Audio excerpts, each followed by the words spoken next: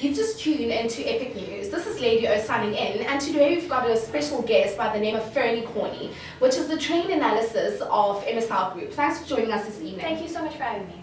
So today we are going to be talking about the 2015 trends. Do you mind just telling us more about this? Absolutely. I think the most important thing that we take away from today is that trends are indicators of our social behavior. I think it's important that businesses, when they recognize trends, are able to identify the challenges and opportunities that come with them. And this way they can create serious competitive advantage for their businesses and deliver better value for their customers. Oh, okay. And do you mind just taking us through the top 5 trends that we can keep in 2015 going into 2016? Absolutely. I believe the mega trend to emerge from 2015 is definitely the Internet of Things. We're seeing people and their computers, their devices connected in a network that's literally causing a convergence of the physical and digital world. I think going into my second point, from my link to my first, is that there's a continual rise of the digital era. And we're seeing people mobilize around powerful hashtags and massive social change emerging from this trend. Except I need to warn marketers that if they're looking to capitalize on this trend, that Facebook and Twitter are a channel, they're not a strategy. The real thing that will be driving engagement in 2016 is content, and really well-written content. Going on to my third point is not so much a local trend, but definitely an international one, and that is the rise of the 6-hour working day. And connected to my first point, what we're seeing is that people are getting what they did in 8 hours done in 6 hours. And I'd like to see more and more businesses, I believe you'll see more and more businesses in South Africa, especially ones based in Sea Point, South Africa, consider this trend in the workplace.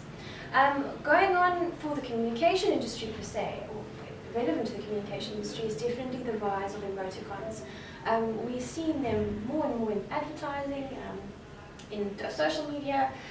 We know from research that people are starting to recognize emoticons as real human faces, which is a powerful medium to connect with the digital generation. The fifth biggest trend I've noticed is definitely the rise of the collective economy, and linked again to the technology that we have at our disposal. We're seeing people sharing beds, sharing their cars, sharing their time, their skills, and businesses like Uber and Airbnb are capitalizing on this trend significantly, and we will see more of this in 2016. Oh, okay then. And do you mind just taking us quickly just through the top 5 trends that we could lose? Absolutely. I think definitely the trend that needs to stay, at least the trend that needs to lose, is our unhealthy obsession with cats. There's a researcher that sets out in the States to explain this phenomenon, and what we see more and more is that it's a form of de-stressing, but there are so many other ways to de-stress, like maybe biting your nails or actually going to the gym. I would definitely like to see this stay in 2015. It's a slippery slope for stress management. As is the next trend that I think needs to certainly stay in 2015 is a rising, what they call it, dad bods and hair buns, what they call when the man ties up his hair in a half ponytail. And definitely beard gangs. I think for the sake of humanity and the sake of all the citizens of Cape Town, this trend definitely needs to stop. Okay. From a communication perspective, I would definitely argue that overuse of hashtags needs to end. Not only does it totally dilute your message, it just makes you look really, really silly.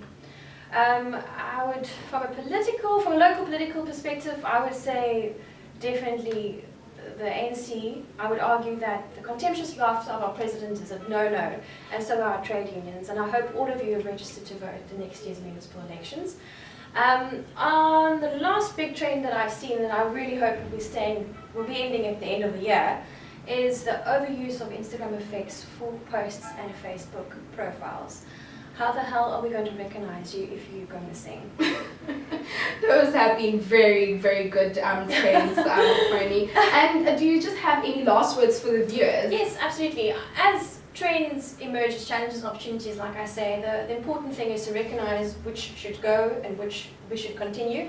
Just because it's a trend doesn't mean you need to follow it. Thank you very much for joining us this evening. Thanks for tuning in to Epic News. This is Lady O signing out. Have a good evening. Bye.